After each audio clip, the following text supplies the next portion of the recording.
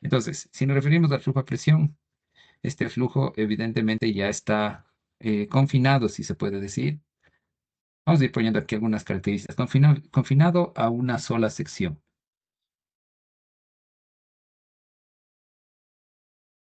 En este caso, precisamente es la sección circular, ¿no? Caracterizada en este caso por un diámetro. Este diámetro, por lo general, hablamos del diámetro interno en la aplicación de las ecuaciones y de los ábacos. Eso hago un poco de hincapié porque a veces cuando tiene espesores y voy a los manuales, pues me da el diámetro externo, a veces, ¿no? En algunos casos. Y claro, ahí estoy cometiendo un error de cálculo si es que utilizo esos diámetros externos directamente. Ya, entonces está confinado. Hay que tener en cuenta que cuando hablamos de este confinamiento de alguna manera, eh, puede estar sometido, bueno, digámosle así, puede estar sometido a, ya sea a presión, es decir, que actúe el flujo en dirección de las paredes, ¿sí? Puede ser que esté sometido a presión, como puede ser también que exista cavitación, ¿no? O sea, presión negativa, más bien. Entonces puede darse ahí sí las dos condiciones fácilmente. Entonces está el líquido confinado. En el primero se puede decir aquí va a haber una presión positiva, que es la que nos conviene, digamos, tener. Y en este caso de acá, en cambio, tendremos una presión que muy probablemente puede ser una presión negativa, ¿no? Es decir, está trabajando esto a succión, que no es que es o que se debe evitar totalmente, ¿no? Por ejemplo, si tenemos un cárcamo que se llama el cárcamo de bombeo, a ver, pongamos algo así. Y entonces tenemos una cisterna y acá tendremos una bomba y tengo aquí un nivel de agua. Entonces aquí voy a tener mi succión, ¿no? O el cárcamo de bombeo que se llama la entrada, la tubería. Entonces todo este tramo toda esta zona, digamos, de aquí, toda esta zona tiene que trabajar a succión. No hay otra posibilidad. Me refiero a que no siempre es acción negativo, succión es que no es beneficiosa o que no se le emplea en diseño. Sí se le emplea, pero hay circunstancias, ¿no? Y ya luego sí de la bomba, ¿no? Establece lo que es la línea de impulsión, que eso ya es otra condición. Es decir, está pasada la bomba, pues es propiamente mi línea de impulsión, ¿sí? Entonces hay que considerar eso. Ya, como les había dicho, poniendo, o sea, es como una revisión relativamente rápida, pero para que se vaya entendiendo. De ahí, otro ítem, lo que les había comentado, ¿no? Las rugosidades de los materiales, ¿sí? Vamos a decir rugosidades de los materiales. Ya no es una dificultad, sí se puede decir. Es una, no es una dificultad, ya, como en el caso del flujo a gravedad. Es decir, acá tendremos básicamente acero, que sabemos su coeficiente de rugosidad, o está más definido lo que es la rugosidad absoluta en este caso. Está la fibra de vidrio, que también podría ser. Bueno, diferentes, no son las únicas, pero bueno, diferentes rugosidades, pero no es como en el caso del flujo de gravedad, por ejemplo, que tienen los canales y podrían tener un fondo de un tipo, la vegetación, es decir, se complicaba más incluso su definición. Ya. Bueno, habíamos dicho, ¿no? Que es sección netamente circular. Vamos a ver acá arriba, sección circular casi siempre, ¿no? No decir siempre en estos casos. Entonces, referido a la sección, referido a la parte del refinamiento. En este caso también de la sección circular, este parámetro que se llama el radio hidráulico, que, bueno, lo definimos como el área respecto al perímetro mojado, al ser una sección circular, directamente, bueno, si es que hago el área sobre el perímetro mojado, ese radio hidráulico es igual a el diámetro interno dividido para 4. Bueno, eso ya son formulaciones, ¿no? Simplificando, me refiero. Entonces, si hago el área es igual a pi r cuadrado, o pi diámetro al cuadrado sobre 4 sobre el perímetro, que es 2 pi r. Entonces, simplificando, yo puedo obtener que el radio hidráulico es igual al diámetro interno dividido para 4. Ya, asimismo tenemos aquí el concepto del número de Reynolds. Parece que sí lo vimos en la revisión de conceptos de un inicio. Entonces teníamos número de Reynolds es igual a la velocidad del flujo multiplicado por el diámetro interno dividido por la viscosidad cinemática. Y de ahí se puede de igual manera clasificar el flujo, ¿no? Que este sí adquiere relevancia cuando tengo el flujo a presión. Ahí les voy a poner el número de Reynolds adquiere relevancia, ¿no? En el flujo a presión. En el flujo a presión. Recuerden que en el flujo a gravedad, el número que me permite caracterizar mejor ese flujo a gravedad es el número de Froude. En este caso es nuestro número de Reynolds, ¿no? Entonces adquiere relevancia en el flujo a presión.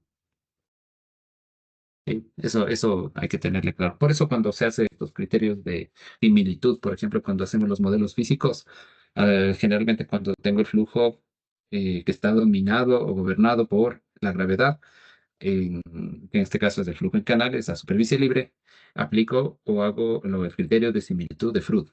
Y asimismo cuando tengo el flujo a presión y donde las fuerzas, o en este caso, eh, las fuerzas viscosas pueden adquirir relevancia, entonces, que se dan en flujo a presión precisamente, entonces los cambios o las escalas o la similitud, digamos, en este caso está referido al Reynolds, ¿no? Similitud de Reynolds se lo llama ahí. Y así, dependiendo del fenómeno que yo quiera estudiar. Entonces, eso hay que tenerle ahí claro. Y luego, claro, podríamos clasificar, recuerden, en función del número de Reynolds, se clasifican en tres tipos de flujo, ¿no? El laminar, que un flujo que está en transición se llama, y el flujo turbulento, ¿no?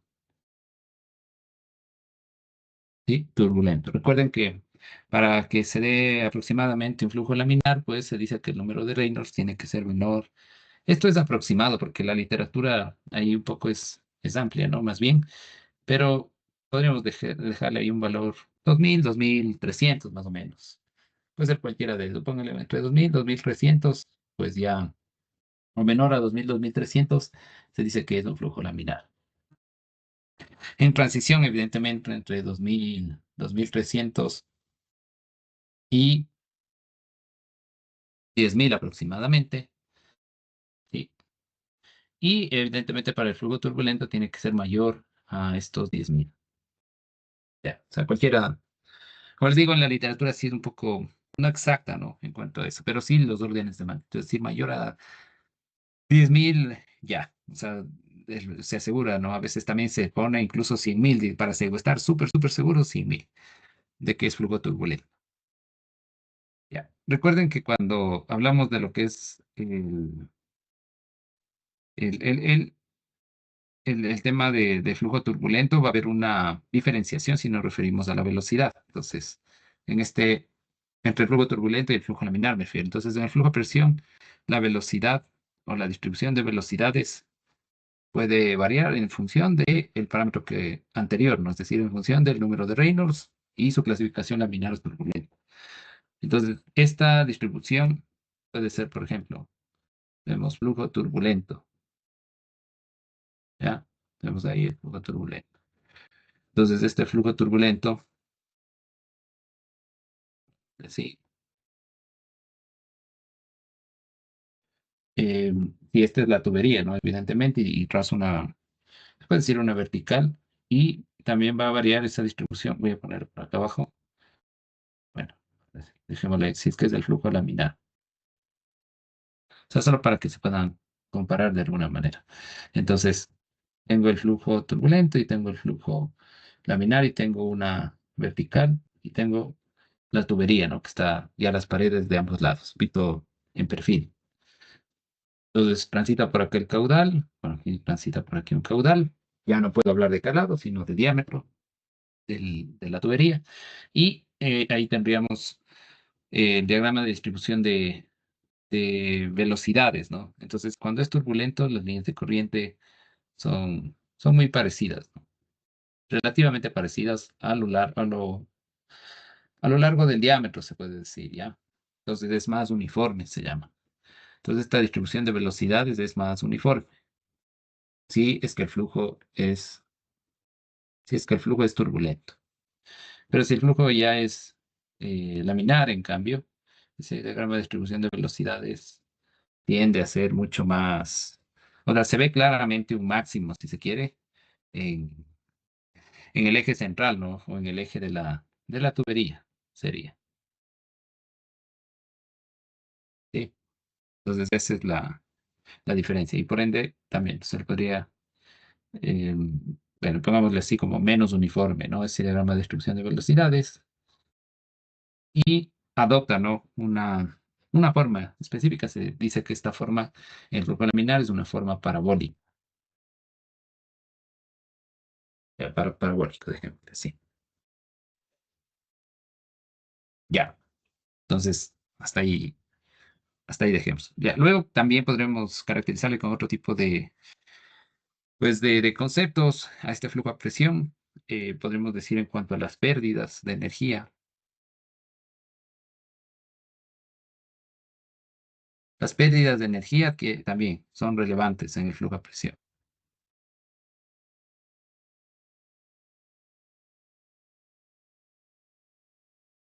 ¿Sí? Las pérdidas de energía son relevantes en el flujo a presión. Em, Creo que lo cual no ocurre, en cambio, en el flujo de gravedad. Ahí no es que no se puede cuantificar, sí se las puede cuantificar, pero definitivamente, y lo hace precisamente el GECRAS, ¿no? En su modelo numérico y todo, con la línea de energía o calculando la línea de energía. Sin embargo, no se considera un parámetro como decisivo, o sea, o definitorio, en cambio, porque la magnitud es mucho menor a lo que ocurre en el flujo a presión. Entonces adquiere relevancia o son relevantes en el flujo a presión. Y bueno, aparte de eso, si hablamos haciendo referencia a lo que es la línea de energía, podríamos decir que, o hablar también lo que es el flujo uniforme, ¿no? Recuerden que en el flujo de gravedad decíamos que el flujo de gravedad debe tener, para que se establezca flujo uniforme, la pendiente del fondo del canal, la de la superficie libre del agua, que es la pisométrica, y la línea de energía tienen que ser las mismas. Pero en este caso, cuando hablamos del flujo uniforme en tuberías, simplemente la pendiente de la línea de energía tiene que ser igual a la pendiente de la línea, vamos a verla así, línea piezométrica, ¿ya? Ya. Y que no tiene nada que ver, podría ser diferente al eje de la tubería. Que a veces se cree que para que se establezca el flujo uniforme tendrían que ser esos tres parámetros iguales, pero en realidad solo tiene que ser la pendiente de la línea de energía igual a la pendiente de la línea piezométrica. ¿Sí? Es decir, este LP es de la línea piezométrica.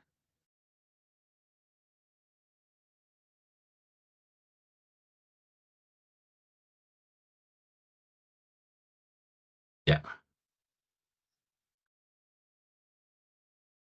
ya. Entonces, tengamos, como digo, en cuenta eso. Y cuando hablamos igual de la línea de energía, también puede, o sea, para entender físicamente qué está pasando con la línea de energía y cómo se relaciona con las presiones, sean positivas o negativas. Cuando tengo un flujo con presiones negativas, vamos así, como que flujo con presiones negativas, que lo que les había dicho, ¿no? Podría darse en algún ramo.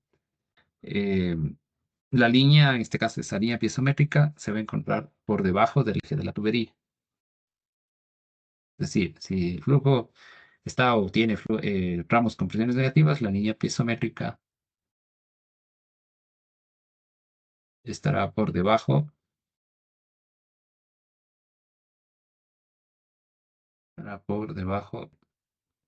de del eje de la tubería, ¿no? Ahora sí, del eje de la tubería.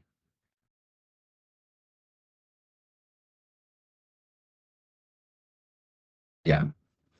Entonces, eso es un poco algo que sí hay que tener ahí precaución porque, como digo, hay casos en los que se dan, pero debería intentar evitarlo, ¿no? Cuando ya es una conducción propiamente. Ya, ¿alguna consulta que tengan hasta ahí? Ya, entonces, como ven, bueno, hay pequeñas diferencias que se van notando ahí. Pasemos a lo que es el diagrama de Moody, ya lo veremos eh, con en la presentación más que todo. Ya, entonces, ¿qué ecuaciones son las fundamentales para el cálculo? Eh, Podemos ponerle aquí igual, ecuaciones fundamentales, vamos una liñita igual ahí. Eh, Pongamos ecuaciones fundamentales del flujo a presión.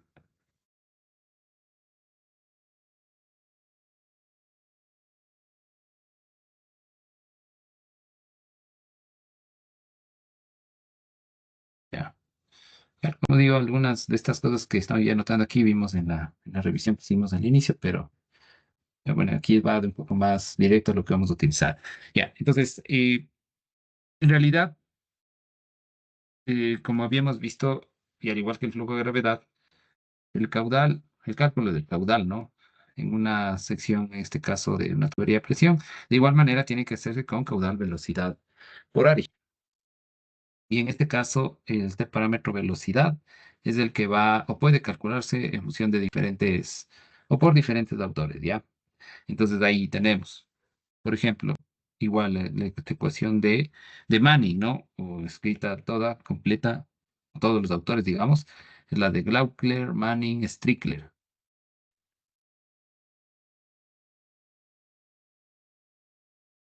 así, ¿no? Glaukler, Manning, Strickler, o simplemente ecuación de Manning. Y esa habíamos puesto, ¿no?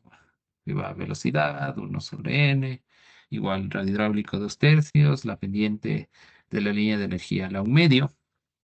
Y tener simplemente en cuenta, a diferencia del flujo de gravedad, que este radio hidráulico, como habíamos anotado arriba, es directamente el D/4. Si vamos ahora a la otra ecuación, que es la ecuación de Chezy, de igual manera, pues tiene su fundamento, ¿no? Velocidad, el C de Chezy por el radio hidráulico a la 1/2 por la pendiente, en este caso, a la 1/2 también. Igual el radio hidráulico también aplica aquí la misma fórmula.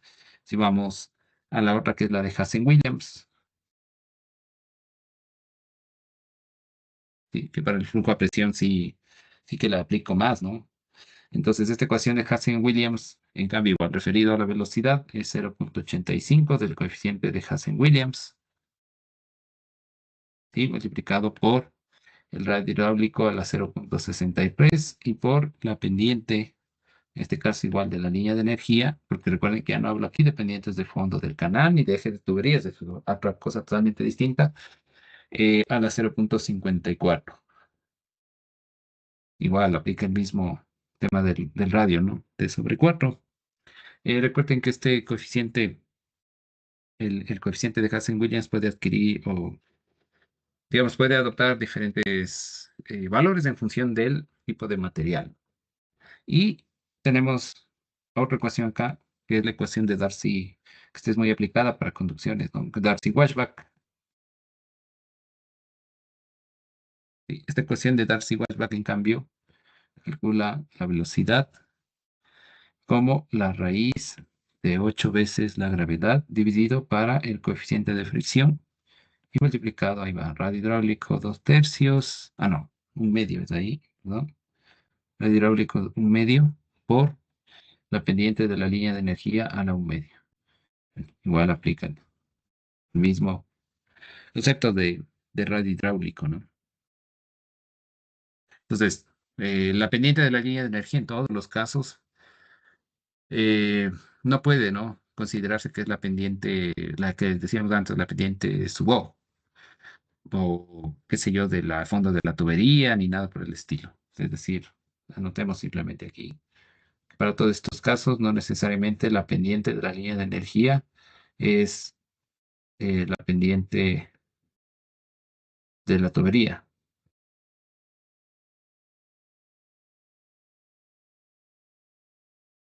Necesariamente, ¿no? Es decir, más bien es usual que sean estas pendientes distintas. Sí, porque ya no puedo referirme al fondo del cauce o del canal como en el flujo de gravedad. Ya, y entonces todo más bien se produce, si aplico el coeficiente de Darcy-Weisbach, o más bien la fórmula de Darcy-Weisbach. En realidad estas dos son bastante aplicables, ¿no? Pero si me voy a esta de Darcy-Weisbach, hablamos de este coeficiente de fricción. Pongámosle ahí.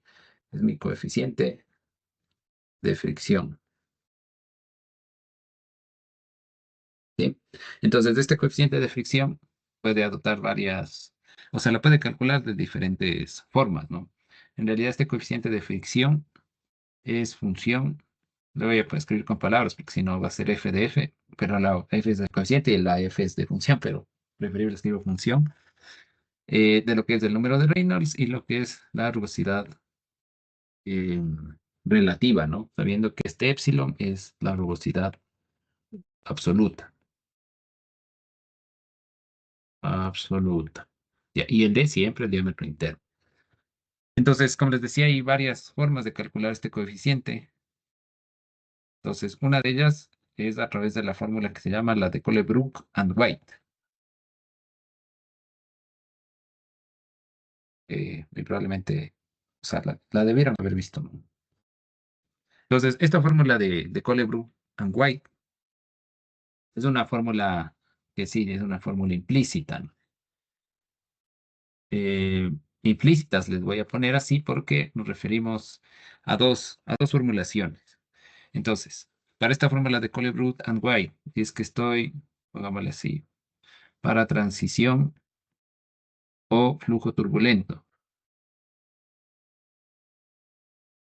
Entonces, si este flujo en transición o flujo turbulento, esta fórmula de Colebrook, o más bien de Colebrook and White, pues se calcula como uno sobre la raíz. Voy a quitar es que a veces se le pone con lambda, pero mejor dejémosle con el F para no confundirnos.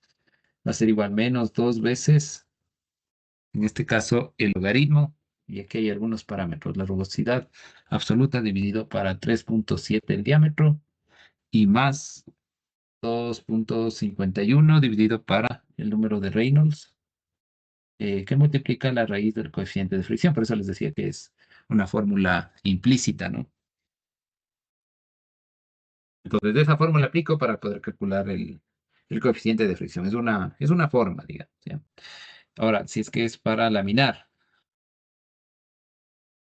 entonces si es flujo laminar, pues tiene ahí una pequeña igual variación. Es uno sobre la raíz de este coeficiente de fricción, dos veces el logaritmo de el número de Reynolds, la raíz multiplicado por la raíz del mismo coeficiente, ¿no? Que es de lo que estoy buscando, menos 0.8. Entonces, ese es para laminar o tubería lisa, podemos ponerle aquí, que es lo mismo.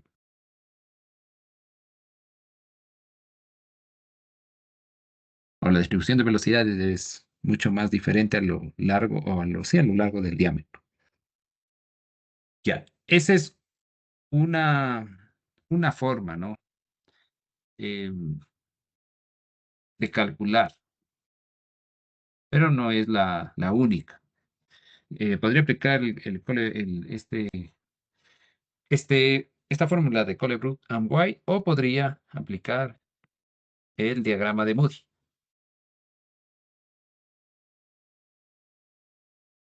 Entonces podría aplicar cualquiera de los dos. Es un diagrama de Moody o algo universal, a veces también se lo conoce de Moody, ¿ya? Antes de pasar a esto del diagrama de Moody, ¿a qué se conocerá como un flujo o una tubería lisa? Porque siempre es el tema de, pero ¿qué es liso? O sea, tiene más bien un fundamento teórico, ¿no? Igual, pero vale la pena simplemente aquí graficarlo. Entonces, decimos, es una tubería lisa. Voy a hacer aquí simplemente la diferenciación para la tubería lisa. Cuando lo que se llama la subcapa límite laminar, que bueno, es un concepto bastante teórico, ¿no? Pero pongámosle aquí. Digamos, aquí tengo la tubería, ¿sí? Tengo mi tubería. Y la tubería tiene precisamente, pues, rugosidades, ¿no? Es decir, si lo veo con un microscopio, en realidad va a ser una superficie irregular, a pesar de que tenga, o que yo aparentemente, ¿no? En escala normal lo vea liso. Entonces, aquí hay lo que se llama la, se puede decir la altura de la rugosidad, pues, algo así.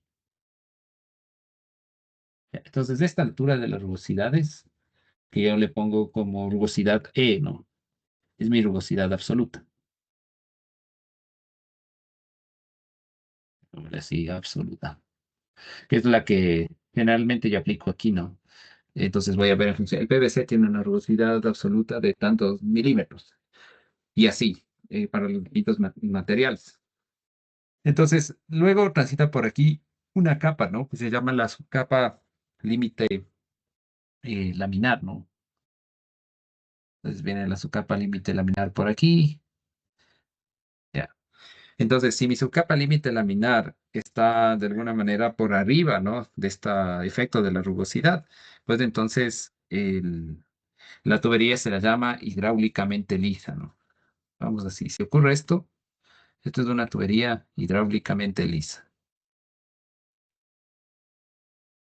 ¿Por qué se le dice hidráulicamente lisa? Pues porque, pongámosle aquí, esta es la subcapa laminar, pues, dejarle, ¿ya? Es decir, el flujo es como que no se va a ver alterado porque está por arriba de este efecto de la rugosidad, ¿sí? Entonces ahí se dice que la tubería es hidráulicamente lisa. ¿Por qué no solo lisa? Porque físicamente sabemos que hay alteraciones de ese material, por más liso que se vea. Entonces, por eso se le llama hidráulicamente, ¿sí? Para el tránsito del flujo como tal. Entonces, ¿qué pasa cuando tengo una tubería hidráulicamente lisa? Ahí, pues directamente el, la fricción, puede decirse, ¿sí? Este coeficiente de fricción es función únicamente de lo que se llama el número de Reynolds. Ya, entonces, si nos vamos más arriba, ya hemos dicho, es función del número de Reynolds y de la rugosidad absoluta. ¿Sí? En el caso de una tubería lisa, en cambio, únicamente es función del número de Reynolds.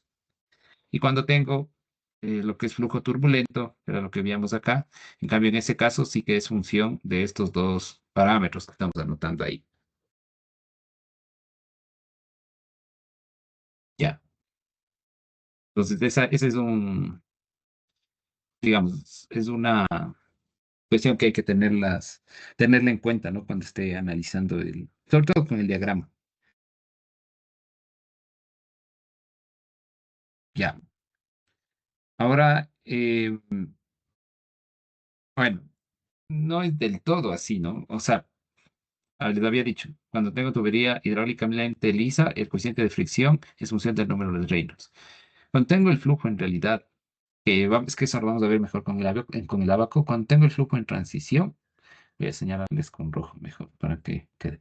Cuando tengo el flujo en transición, entonces ahí es función de esos dos parámetros, ¿sí? Pero claro, cuando tengo el flujo turbulento, porque esa es la condición ahí que la vamos a ver en el diagrama, cuando tengo en cambio únicamente el flujo turbulento, entonces ahí va a ser función ya no del número de Reynolds, sino únicamente de la rugosidad. Sí, porque ahí ya puede ser, o puede variar los números de Reynolds, puede ser 10.000, 20.000, 30.000, 40.000, 100.000 y así sucesivamente. A la final ahí ya no depende del número de Reynolds como tal, sino de la rugosidad. Entonces, para solo resumir eso, cuando es hidráulicamente lisa, solo función del número de Reynolds. Cuando es en transición, del Reynolds y de la rugosidad absoluta. Y cuando es flujo turbulento, netamente turbulento, solo de la rugosidad absoluta. Ahí para que quede más claro. Entonces, este diagrama de Moody, ¿no? Pues relaciona precisamente los parámetros, ¿no? Que acabamos de ver con la fórmula de esta de Colebrook and White, pero ya de forma gráfica, si se quiere. Entonces, relaciona el coeficiente de fricción, el número de Reynolds y esta rugosidad relativa. Y ya, bueno, ya veremos en el gráfico, pero igual se me va a dar, se va a dar ahí muy probablemente algo similar a esto, ¿ya? Entonces tengo aquí eh, la zona, ¿no? Esta me representa de aquí para abajo la zona desde esta línea la zona de flujo laminar. En cambio, la zona de transición va a ser toda esta zona de aquí y la zona de flujo turbulento va a ser de aquí para arriba. Turbulento. Ahí, que bueno, no está anotado arriba, pero este flujo turbulento también se lo conoce como hidráulicamente rugoso o tubería hidráulicamente rugosa. Así como tubería hidráulicamente rugosa y acá es flujo laminar o tubería lisa, ¿no? Tubería lisa. ¿Sí? Entonces tenemos esas condiciones. Entonces, este abaco, que es el abaco universal o diagrama de Moody, relaciona el número de Reynolds, la rugosidad relativa, y me permiten a la vez, ¿no? Podría decir definir si es que una tubería es hidráulicamente lisa, rugosa o en transición. Y por otro lado, pues definitivamente calcular lo que es mi coeficiente de fricción, que es el, el objeto, ¿no? Prácticamente final de este abaco. Entonces, ¿por qué a veces decimos, conviene o generalmente se aplica este diagrama de Moody? Que bueno, los programas de alguna manera lo pueden introducir, ¿no? En algunos indirectamente, otros ya puedo seleccionar ahí directamente las rugosidades. Es porque este diagrama de Moody, que voy a ponerlo por acá abajo, es aplicable a tuberías comerciales, que se lo llama. O sea, hay mucha información, es decir, ya incluso hay abacos del diagrama de Moody o versiones en las que ya me pone ahí abajo incluso por material los coeficientes de fricción. Entonces, este es aplicable para tuberías comerciales ya, ¿sí? En función de su rugosidad natural, ¿no? En función del material, ¿no? Ya. Por otro lado, no es que este abaco es el único, ¿no? El que es, o ese autor es el que propuso, ¿no? De inicio este diagrama, sino ya había diagramas o abacos eh, precedentes, ¿sí? Entonces, eh, por ejemplo, uno de ellos es el abaco, que se llama el abaco de Nikuratse, ¿sí? Entonces, en realidad, el tema con el abaco de Nikuratse, ponemos acá. A ver, por acá hay un abaco, eh, puede decir anterior, ¿no? O sí, o inicial, era el abaco de Nikuratse,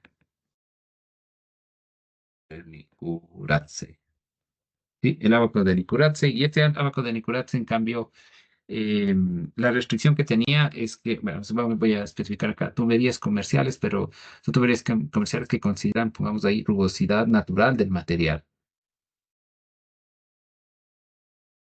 Natural del material. En cambio, este abaco de Nikuratse se originó, en cambio, a partir de tuberías también, pero con rugosidades artificiales, se podría decir, para que se entienda. Rugosidades, para que se entienda la diferencia, ¿no? Artificiales. Entonces, ¿a qué nos referimos con rugosidades artificiales? Em, Pongamos aquí granos de arena, por ejemplo. Pero granos de arena uniformes, bien uniformes. Es decir, si le veía yo el material de contorno y le hacía zoom, digamos, ya no me daba así todo irregular como el de arriba, sino que tenía pues cosas así por el estilo. Que de hecho tiene su rugosidad, ¿no? Cuando transita por aquí el caudal, pero ya no es tan mm, representativo de lo que va a ocurrir en la realidad.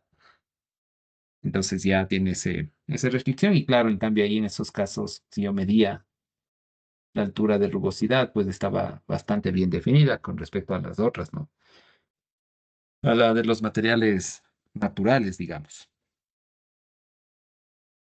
Entonces, si nos referimos a tuberías comerciales, que bueno, algo ya señalamos arriba, estas tuberías comerciales pues pueden tener materiales, podemos decir materiales, como por ejemplo el hierro fundido, el acero, eh, plásticos, etcétera, ¿no? O sea, ponemos solo así como general plásticos, quizá el PVC no podría estar aquí incluido, los aceros, también podría ser los aceros, el hierro fundido. sea, es casi similar. Ya.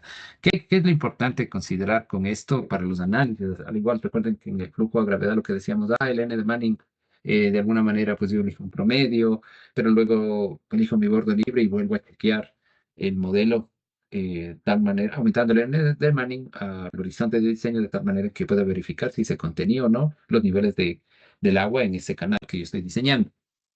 En este caso, de igual manera, hay que considerar que la rugosidad eh, va a aumentar, ¿no? Y tal vez en este caso, pues es ya conocido, ¿no? Que va a haber ese aumento de la rugosidad, porque, por ejemplo, puede haber, sobre todo lo que se llaman las incrustaciones, y que no muy probablemente eh, únicamente aumenta la rugosidad, sino que reduce el área hidráulica. Entonces podría, en un caso ya muy crítico, limitar incluso el área o la sección hidráulica. Pero bueno, pongamos aquí, rugosidad aumenta con el tiempo. Esto también es importante. A ver, aumenta con el tiempo, ¿sí? Entonces eso hay que tener en cuenta ahí. Ya. Y luego, pues ya es como cuestiones de diseño nada más. Hay que tomar en cuenta que en cuanto a la selección del tipo del material de nuestras conducciones, pues deberemos ver algunos criterios, ¿no? Criterios o consideraciones. Evidentemente, el inicial va a ser el costo, ¿no? Costo que me involucra, ¿no? Inicialmente tener ese material.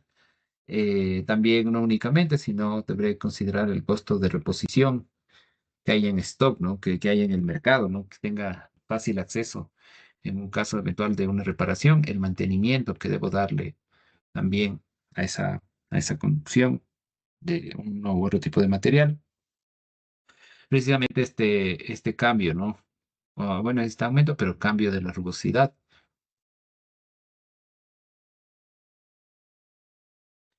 Por otro lado, de igual manera, y no menor, va a ser la resistencia, pero la resistencia estructural, se puede decir, que me brinda uno u otro tipo de material. Recuerden que casi para lo que son tuberías de presión, pues elegimos el acero por precisamente la resistencia. Asimismo, si es que tenemos trazados de conducciones en zonas carrozables, también debemos considerar ahí muy probablemente el acero para que pueda soportar, ¿no? Las cargas vivas en este caso y muertas más que todo las vivas en el caso pues de los vehículos, ¿no?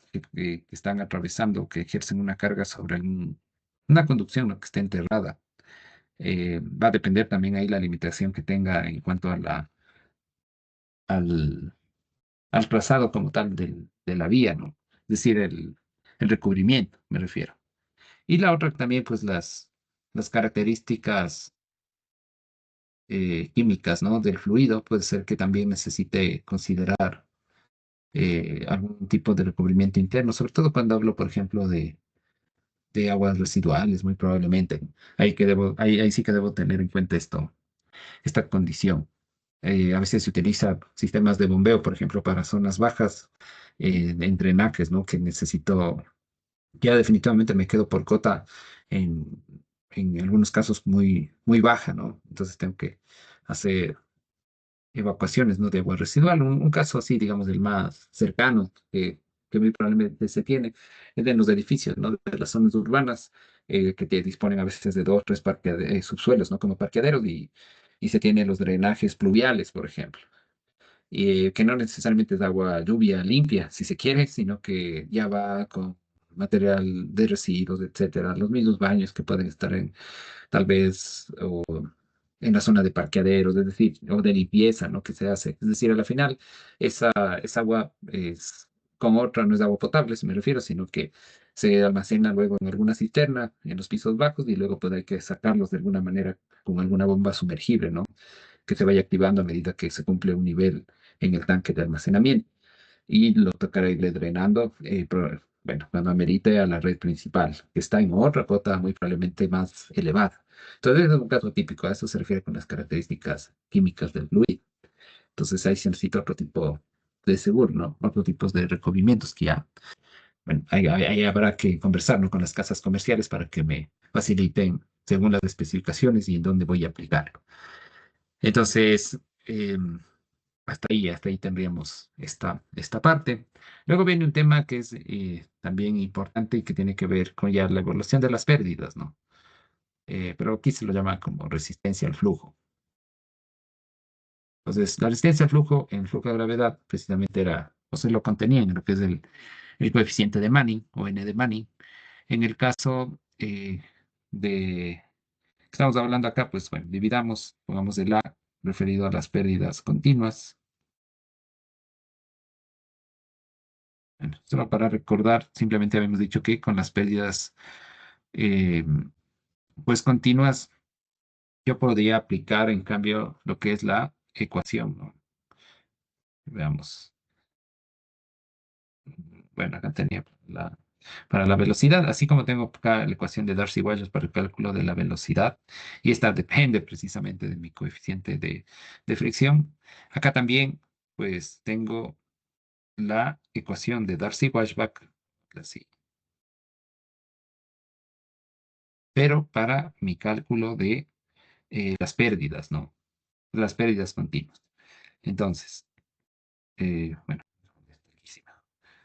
entonces Darcy-Weisbach, en este caso, bueno, es toda una deducción, ¿no?, de las ecuaciones, etcétera, pero no vamos a entrar ahí, donde yo parto principalmente de las presiones, ¿no? La diferencia de presiones que tengo en la sección de entrada y de salida de un RAM. Entonces hago igual un equilibrio de fuerzas y pues trabajando, ¿no? Incluyendo los parámetros igual de la longitud del ramo, de las cargas de velocidad, etcétera, y de la presión como tal y la geometría, pues yo llego a la fórmula de Darcy-Weisbach para el cálculo de pérdidas continuas.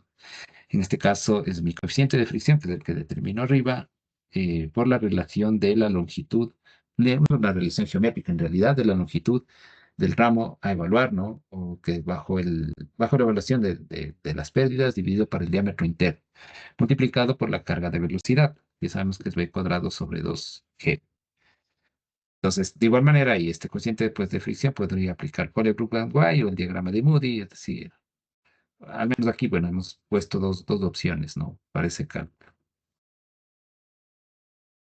Entonces, con eso yo, pues, calcularía, ¿no? Ese, digamos, cuantificaría las pérdidas por fricción. Hay que tener en cuenta eh, que hay una diferenciación. Este de aquí, o esta fórmula de aquí, aplica para flujo turbulento, igual. Es decir, asumiendo este un flujo de tipo turbulento. Pero al igual que hemos hecho algunas diferenciaciones con respecto a las otras fórmulas, también existe una otra fórmula cuando hablo del flujo laminar. Entonces, esas pérdidas de energía pues, pueden ser calculadas, que de igual manera, no voy a hacer la deducción, pero eh, puede ser definida, ¿no?, de otra forma. Entonces, pongamos que, bueno, sí les voy a poner la fórmula que es pérdidas por fricción es igual a 64 dividido por el número de Reynolds. Lo que pasa es que acá finalmente para el flujo laminar se dice que este coeficiente de fricción, ¿sí?, en otras palabras, es 64 dividido para el número de Reynolds. Entonces, acá lo único que está haciendo es pues, reemplazarse en esta fórmula original, ¿sí? O sea, es lo mismo, ¿no? O poner que la coeficiente de fricción es 64 sobre Reynolds para el flujo laminar, o simplemente pues, reemplazarlo directamente en la fórmula. Entonces, recuerden, el coeficiente de fricción se calcula en el flujo laminar. Habíamos dicho, recuerden acá arriba, cuando hablamos del- de la tubería hidráulicamente lisa, ¿no? En esta zona de acá, que este coeficiente de fricción es únicamente en función del número de Reynolds, pero no habíamos dicho cómo. Entonces, es a través de esta fórmula. El coeficiente de fricción en función del número de Reynolds, por lo tanto, es coeficiente de fricción 64 dividido por el número de Reynolds, es o lo que dice la teoría. Y en cambio, para el flujo turbulento, este coeficiente de fricción, pues tengo que calcularlo. Voy a poner en cualquiera de los casos, es por medio de estas dos opciones, pero voy a dejarle así, función, cualquiera de esas dos opciones, del número de Reynolds y de la rugosidad relativa, ¿no? En cualquiera de los casos necesito, las dos opciones me refiero a la fórmula de Cole-Brugman-Way o al diagrama de Moody. Ya. Entonces, hasta ahí yo podría ya calcular lo que es el coeficiente de fricción. Ahora, hay otro autor más acá, no solo Darcy Weisbach, sino pues otros autores, ¿no? Que es a través de la ecuación de Hassen-Williams. Pero no para el cálculo de déjame ver así. Recuerden que acá Hassen-Williams, lo habíamos visto, mire, Hassen-Williams cálculo de la velocidad, ¿sí?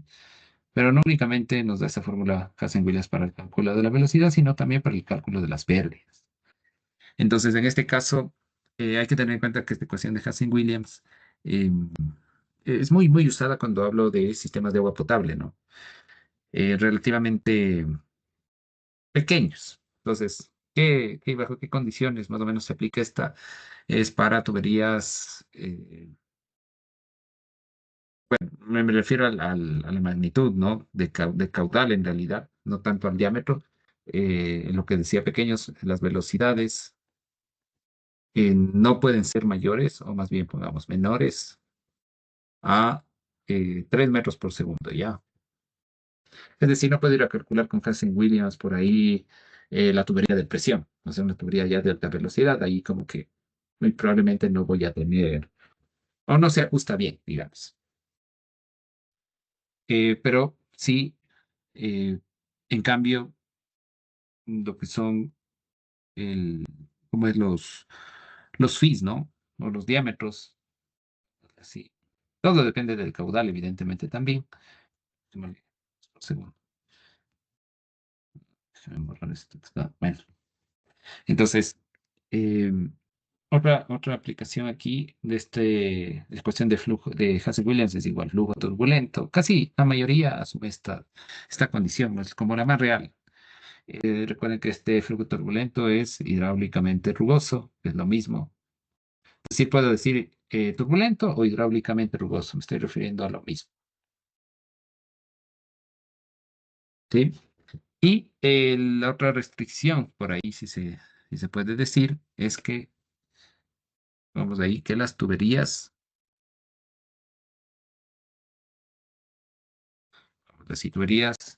de phi o diámetro mayor a 2 pulgadas.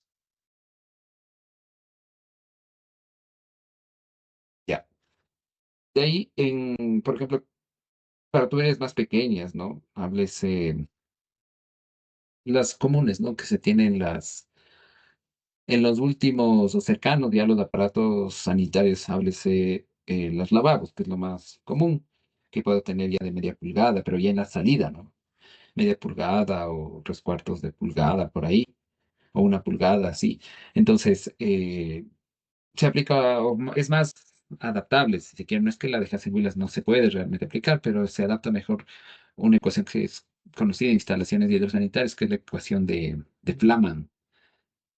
Pero bueno, esa, digo, no es motivo ya de este análisis como tal. Ya si fuera un curso de netamente instalaciones hidrosanitarias, habría que ver esa ecuación. En todo caso, considerando este flujo turbulento, recuerden que es lo que considera esta ecuación de Hansen-Williams, esas pérdidas por fricción, pues tienen estas otras fórmulas, ¿no? Entonces tenemos longitud, tenemos diámetro. Si se fijan, es igual, la misma relación longitud. Le voy a dejar de otra forma mejor para que se entienda. Entonces tengo igual aquí, ¿qué relación? Longitud sobre el diámetro, pero el diámetro es, bueno, esto es por las unidades también.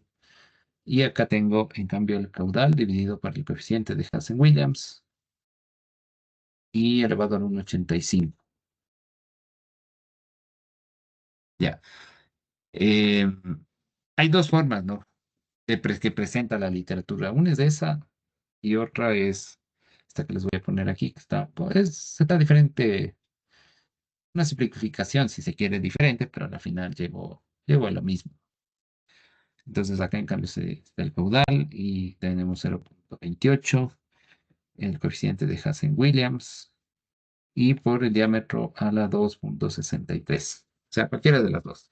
En todas estas ecuaciones, hablando del sistema internacional, evidentemente, Las pérdidas por fricción están en metros, la longitud está de igual manera en metros, el diámetro también está en metros, el caudal está en metros cúbicos por segundo y evidentemente este coeficiente de Hazen-Williams pues es un parámetro, si se quiere, dimensional, ¿no? Este no tiene dimensiones, ¿no? Parámetro dimensional, solo como para tener un orden de magnitud. El coeficiente de Hazen-Williams del PVC es alrededor de 150. Y si hablamos del cobre, porque es una de los materiales usualmente utilizados, ¿no? En instalaciones también, puede estar alrededor de 120 o 100, dependiendo, ¿no? De las especificaciones. De esto no sé mucho lío, porque de paso esto les otorga, o más bien información puede suministrarle las casas comerciales, ¿no? En el momento que ustedes hacen la compra, tienen sus manuales respectivos. Y algunos incluso emplean sus propias fórmulas de pérdidas de energía. Ya, entonces hasta ahí tendríamos la parte de la resistencia al flujo y las pérdidas continuas, ¿no? Que habíamos comentado. Y de ahí ya, pues respecto a las pérdidas locales,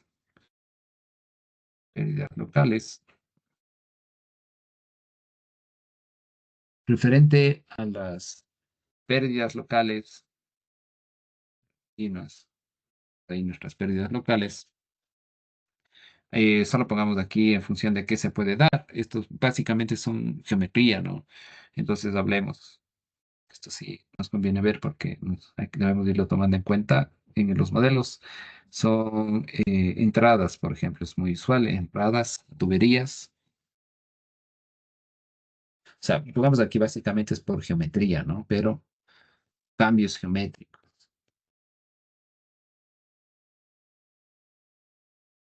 Básicamente es por cambios geométricos, pero por ejemplo, entradas de tuberías, el tema de los ensanchamientos. Ahí más o menos para hacer un poco analogía con lo que habíamos visto en el flujo de gravedad, recuerden que, por ejemplo, el modelo numérico G-cross unidimensional nos consideraba el ensanchamiento o la contracción y el ensanchamiento, ¿no? Del cauce visto en plano. Pero en este caso acá hablamos igual contracción y ensanchamiento cuando hay cambios de diámetros, ¿no? De las tuberías a través de los diferentes accesorios. Pero acá es mucho más crítico, si se quiere. Tenemos tema de las contracciones. Espérame, un momentito, quiero ver ya.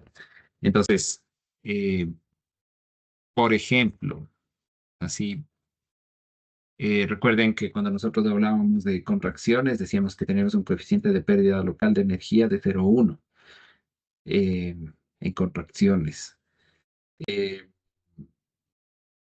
y en ensanchamientos decíamos, hasta 0,3, y si es que es muy brusco, podría ser, salió. Eh, Ya, pero sigamos.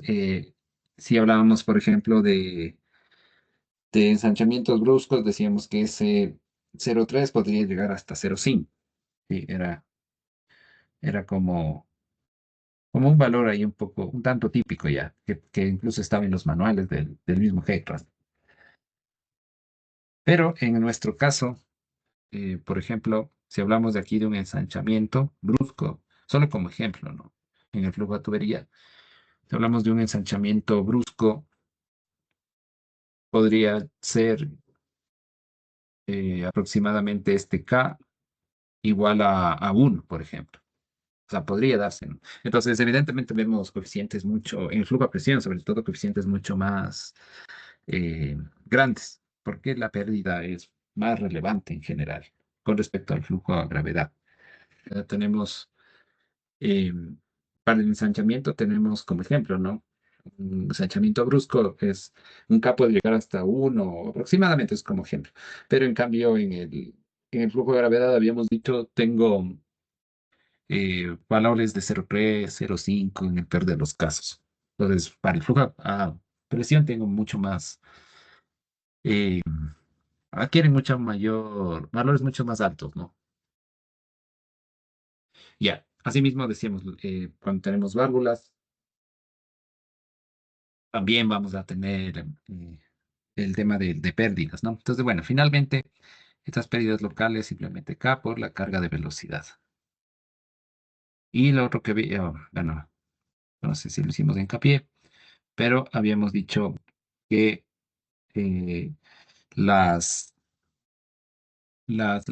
esta velocidad, ¿no? De la que hablo yo aquí, no me acuerdo si en la revisión lo vimos o lo hicimos de hincapié, pero decíamos que esta velocidad a la que me refiero, la carga de velocidad, siempre es la velocidad aguas abajo del accesorio. Entonces, por ejemplo, si tengo, a ver, por lo general, aguas abajo del accesorio, pero no quiere decir que a veces en los abacos o en la teoría, bajo ciertos autores, eh, acce- escribí aquí, ya, algo abajo de los accesorios, ¿no? Entonces, no quiere decir que puede haber abacos, algunas fórmulas que aplican incluso a veces la de aguas de arriba y la de aguas de abajo, o sea, les comparo. Pero en nuestro caso hay que tener en cuenta que por lo general, ¿no? O sea, de forma general la velocidad siempre es la de aguas abajo. Lo que sí casi no hay es que se calcule con la velocidad de aguas de arriba. Eso sí, no. Bueno, y finalmente, las pérdidas totales, ¿no? A las que hago referencia ahí son igual a las pérdidas por fricción más las pérdidas localizadas. ¿Alguna pregunta que tenga? Ya bueno, esto que está un poco, puede parecer aburrido, pero es importante que así, de forma general, que veamos estos conceptos, ¿no? Entonces, pero bueno, son fórmulas que directamente aplican y de hecho aplican estos modelos. Hay otro concepto ahí que también hay que dejarlo claro, que es la potencia del flujo. Y otro concepto que ya tiene que estar referido respecto a la potencia de una máquina hidráulica, que también cabe anotarlo. Bueno, entonces ahí hablamos de la potencia teórica. La potencia teórica en este caso, pues por lo general no por lo general, sino realmente así, es del peso específico, en este caso del fluido, multiplicado por el caudal del chorro, del flujo en este caso, y la carga, que es la carga hidráulica.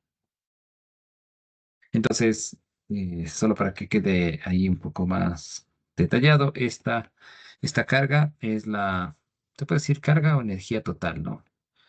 Carga o energía total, ¿sí? Respecto a un plano de referencia. Y pues evidentemente está en el orden de metros, ¿no? Acá la potencia en realidad me da kilogramos por metro sobre segundo, según las unidades que voy a poner acá. El peso específico en kilogramos por metro cúbico y el caudal evidentemente en metros cúbicos sobre segundo.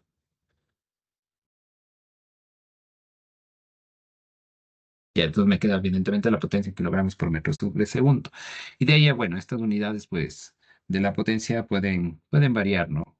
Generalmente hablamos de la potencia en caballos de fuerza, en caballos de vapor, en vatios y en kilowatts. Vatios o kilowatts, que es lo mismo. Entonces, a esta, pues que ya es solo transformación, si es que quiero eh, cambiar de HP, o más bien, en caballos de vapor, esta potencia teórica, que es la que he calculado arriba, eh, o más bien la fórmula sería peso específico por caudal, por H, ¿no? Y la divido para eso ya es simplemente unidades 76. Si quiero que sean caballos de vapor, esta potencia que calculo en las unidades de arriba, que sería el peso específico en kilogramos por metro cúbico, el caudal en metros cúbicos por segundo y la carga o energía total disponible en metros, la divido para 75. Para en cambio, si es que quiero en watts o kilowatts o kilovatios, digamos que esa potencia, peso específico, caudal, altura, energía total, la divido para 102. Sí, eso es solo como resumen para poder comprobar, ¿no? Y de ahí tengo equivalencias también de de estas unidades. Si tengo HP, es 746 vatios. Si tengo caballos de vapor, es 735 igual vatios. Y si tengo caballos de vapor, pues son 75 kilogramos por metro sobre segundo, que es la unidad, digamos, original de la potencia. Sí, esta que estamos indicando acá. Ya. ¿Alguna consulta que tengan hasta ahí, Inges? Ya. Entonces, eso les había dicho acá, tenemos lo que es la potencia teórica, ¿no? teórica primero. Ahora, se habla de lo que es la potencia real, pero esta real está referida a una máquina hidráulica propiamente, ¿ya?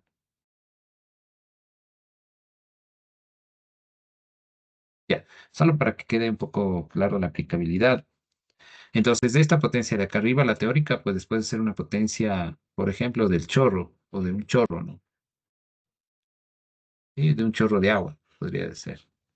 Potencia de un chorro de agua. Y en cambio acá la potencia vía real, lo que se le llama de máquina hidráulica, en cambio tiene necesariamente que estar incluido lo que es, bueno, igual va el peso específico, el caudal, la energía, pero ahora en el denominador hablo de una variable que es la eficiencia. Es decir, son las mismas variables de arriba, pero en este caso, en el denominador ya se incluye la eficiencia o el rendimiento, que es lo mismo de la bomba, por ejemplo, de una bomba, ¿no? La eficiencia o rendimiento de una bomba. La bomba, por ejemplo, dejemos así, ¿ya? Entonces, ahí evidentemente, como ustedes saben, también hay una variación, ¿no? De la eficiencia de las máquinas hidráulicas, igual en función de la ubicación, sea a nivel del mar, o sea, en cotas bajas o en cotas ya altas. Entonces, también puede haber ahí una variación, si se quiere. Ya. Entonces, con eso, pues, lo que cabería ahí de alguna manera es eh, ya hacerlo de ejercicio. em, Unos pequeños ejercicios como de práctica para que nos quede un poco claro. Hagamos un ejercicio que es aplicando precisamente ese diagrama de Moody, que es el clave, porque queremos eh, verificar. Podemos hacer uno de potencia y uno del diagrama de Moody como para que quede repasado, si se quiere, esta sección, ¿ya? Entonces, les voy a graficar aquí un pequeño ejemplo.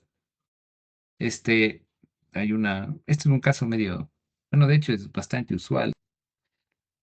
Es más, hay una anécdota alrededor de este ejercicio. Yo no sé si ustedes conocen la empresa Lombardi, pero bueno, ¿qué es esto? Es como, digamos, una empresa que hace estudios especializados en general, de obras de relevancia, ¿no? En ingeniería hidráulica. Y bueno, yo recuerdo alguna vez que fui a una entrevista de trabajo ahí, pero ya son varios años. Y de hecho, ponían un ejercicio, bueno, lo que usualmente uno va a una entrevista de trabajo y bueno, hay de todo, pero usualmente uno no piensa que les van a poner un caso como estos, ¿no? O sea, que de entrada les digan, a ver, solucionen este ejercicio. Pero bueno, algunos, y más aún en una empresa que, bueno, es más especializada, pues me parece más bien adecuado, ¿no? Como para medir los conceptos. Y en realidad son conceptos básicos, que si esto, digamos, en pocas no está claro, pues muy difícilmente se pueda poder abordar por ahí, tal vez de ejemplos mucho más difíciles o complejos. Ya. Bueno, entonces era el caso típico de una presa con una conducción. Pero evidentemente, y recuerden cuando hablamos de una presa, aquí en esta zona, o más bien en la presa, está alma- almacenada energía. No, la presa almacena energía. ¿Energía de qué tipo almacena la presa? Si alguien se acuerda los conceptos.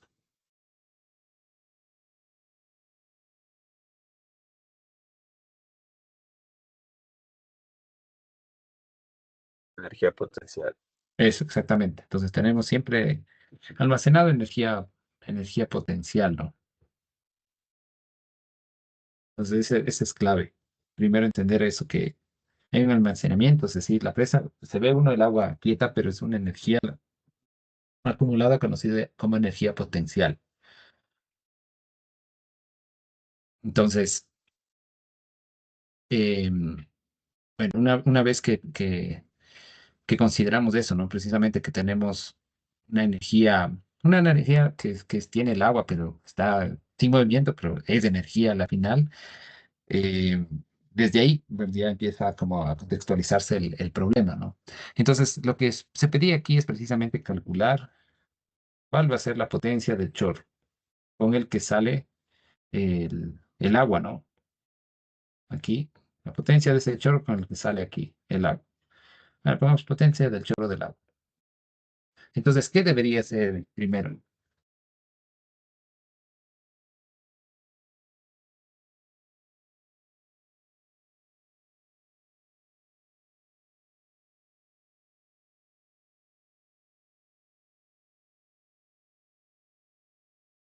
¿Cuál sería el No primero? puedo solo hacer una, o sea, primero podría definirlas para aplicar la ecuación de energía. Uno sería, puede ser en el punto, se me haga más fácil, puede ser arriba y otro abajo en el chorro. Si quiero, podría ser tres, poniendo uno arriba, porque ahí tengo presión hidrostática, tengo velocidad cero, con el almacenamiento solo tendría la carga de altura que sea energía potencial para despejar la velocidad y así sacar la potencia.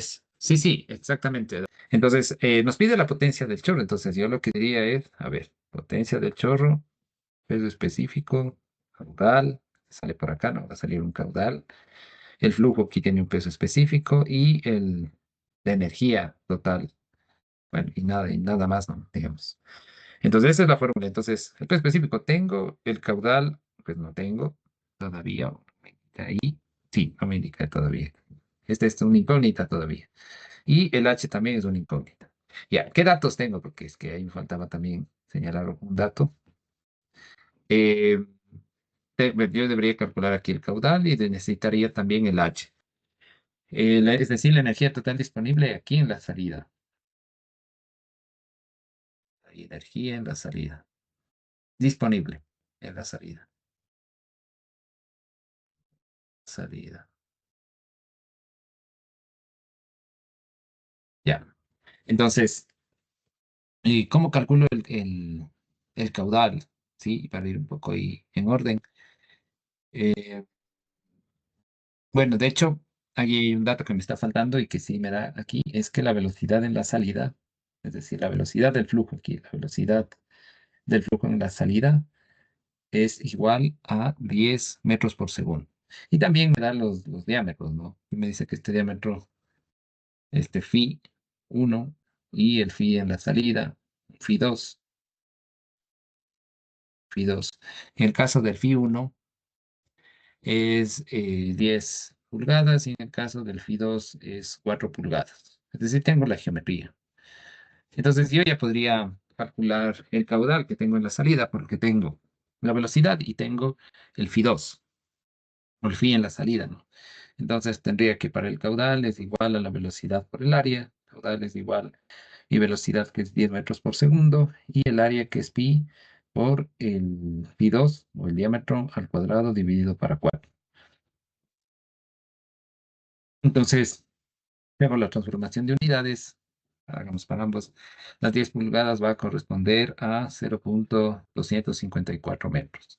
Y si hago igual la transformación de unidades del sistema inglés de 4 pulgadas al sistema internacional es de 0,1016 metros, ya, más o menos. Eh, recuerden que este es del phi 1 y este es del phi 2, ¿no? Entonces, si reemplazo eso acá, tendría 10 por pi por el 0,1016, pero solo este al cuadrado y dividido para 4. Entonces me queda ahí un caudal de aproximadamente, debería quedarme como 0,811 ya, más o menos ya, metros cúbicos por segundo. Entonces ya tendría calculado el caudal. Y la otra variable que me falta, que todavía no tengo, es el H. Será igual la carga H? ¿Qué es lo que único que me faltaría para ya poder calcular mi potencia? ¿No? Porque tengo todo. Tengo el caudal y solo faltaría el H. Entonces, como decía, ¿cómo se llama? ¿Quién fue que participó ahí? Alejandro me parece que fue, ¿no es cierto? Voy a evaluar cuál es la energía en la salida, que es la clave ahí. ¿Cuál será mi energía en la salida? Entonces tengo que evaluar la energía disponible en la salida. ¿Cuál será? Cero, Eh, ¿Por qué sería cero? porque se está gastando toda la energía entre el volumen del agua y la fricción que debería de haber. Está Ya, batallando, se podría decir. ya. A ver, ahí hay algunas cosas que de hecho, sí, o sea, sí y no. Lo que yo podría decir es que la presión en la salida es cero, porque descarga aquí a la atmósfera. Entonces, como aquí hay una descarga a la atmósfera,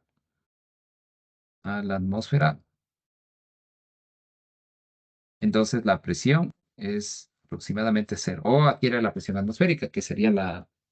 A ver, la presión, se dice que la presión es cero porque tiene la presión atmosférica, pero cero en realidad es la escala, si pongo una escala absoluta, si pongo una más bien si pongo una escala relativa, si pongo una escala absoluta, pues debe tener ahí una presión en esa salida del chorro.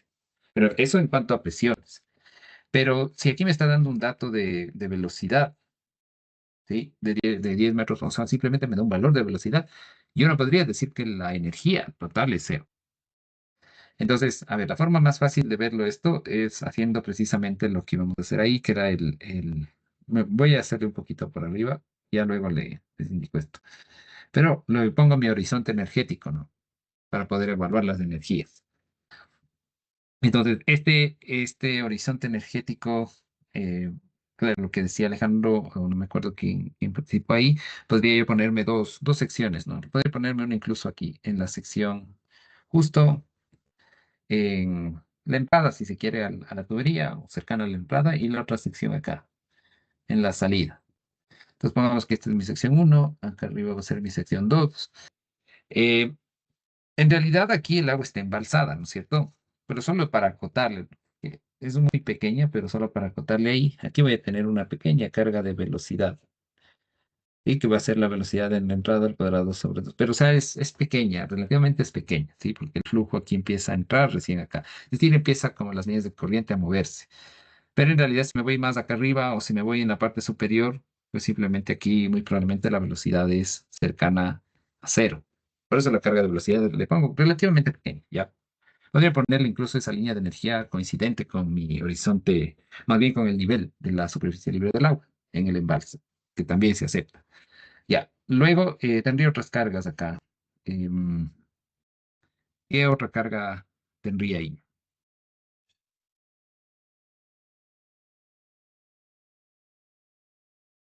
Tendría con respecto al eje, se acota siempre. Ay, eso. Con respecto al eje de la tubería, le voy a dejar aquí más bien, se acota la carga de presión. Entonces, a ver, dibujemos la línea de energía mejor, primero. Mi línea de energía, en este caso, la voy a dibujar más o menos por aquí, ¿no?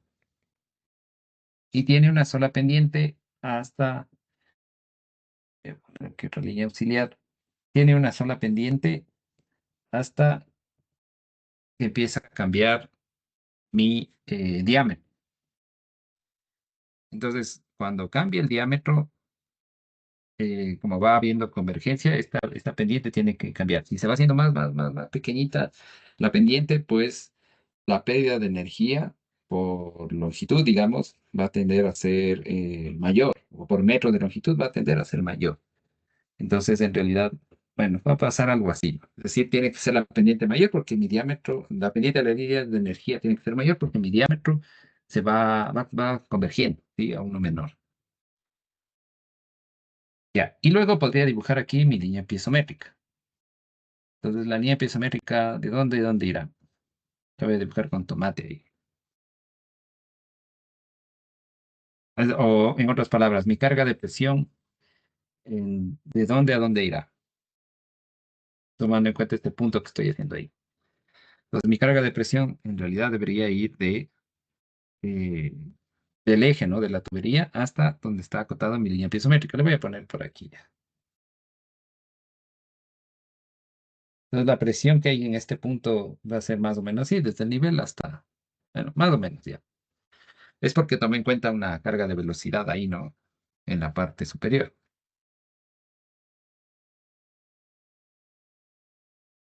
Ya, entonces mi línea piezométrica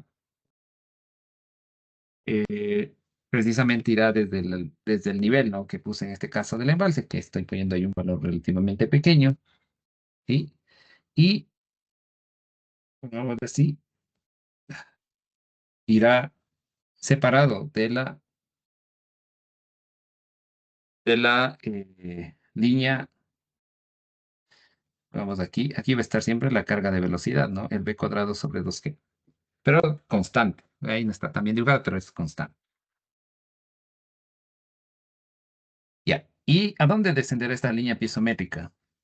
Justo cuando empieza la convergencia. Si dijimos que la presión en la salida es presión igual a cero, entonces tiene que descender hasta acá, al eje de la tubería.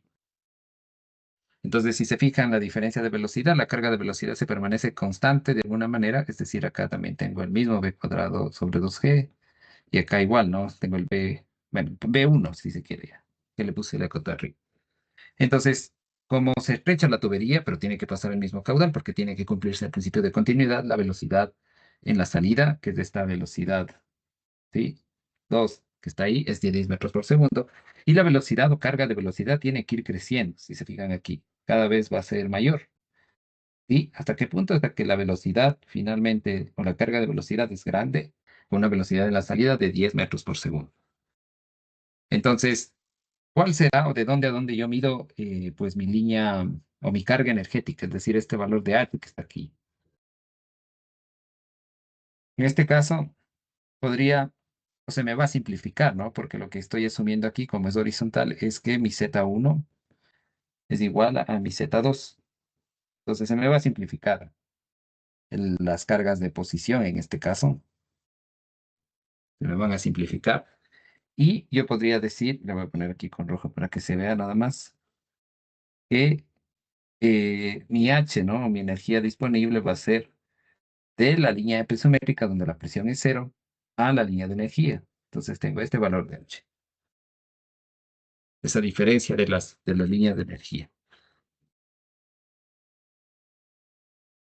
No sé si está claro. Y si vemos ahí lo que estoy acotando, yo podría decir que esa energía es precisamente mi carga de velocidad. Sí, porque la carga de velocidad es lo que separa la línea de energía de la línea pisométrica. Entonces, en este caso tengo v cuadrado sobre 2g. Velocidad sub 2 al cuadrado sobre 2g. Es decir, si yo quiero calcular esa energía o la carga total, o la energía total disponible en la salida, es igual a el v sub 2 al cuadrado sobre 2g. En nuestro caso, entonces, tendríamos que es la velocidad sub 2 del 10 cuadrado sobre 2 por 9,81. Entonces, si hago ese cálculo pues, de esa energía, pues me queda 5,1 metros. ¿Sí? Y con eso ya puedo calcular mi potencia. Entonces, pongamos que son los 1000 kilogramos por, ¿cómo es? El, serían pues los 1000, ¿sí? Kilogramos por metro cúbico, perdón, multiplicado por el caudal, que es 0,0811, y multiplicado por 5,1, que es mi energía. Si quiero en HP o si caballos de fuerza, pues le divido para 76 según la fórmula y me queda que 5,44 HP. Entonces, esa es la potencia del chorro que yo quiero aquí, que tengo aquí en la salida, ¿no? No sé si tienen alguna duda ahí. Prácticamente simplemente la aplicación de la hidráulica relativamente básica, pero ya en un caso de un contexto real, ¿no? De la salida del chorro por una tubería de presión, pues podría ser ahí o un desagüe de fondo. Es decir, tiene ahí varias aplicaciones.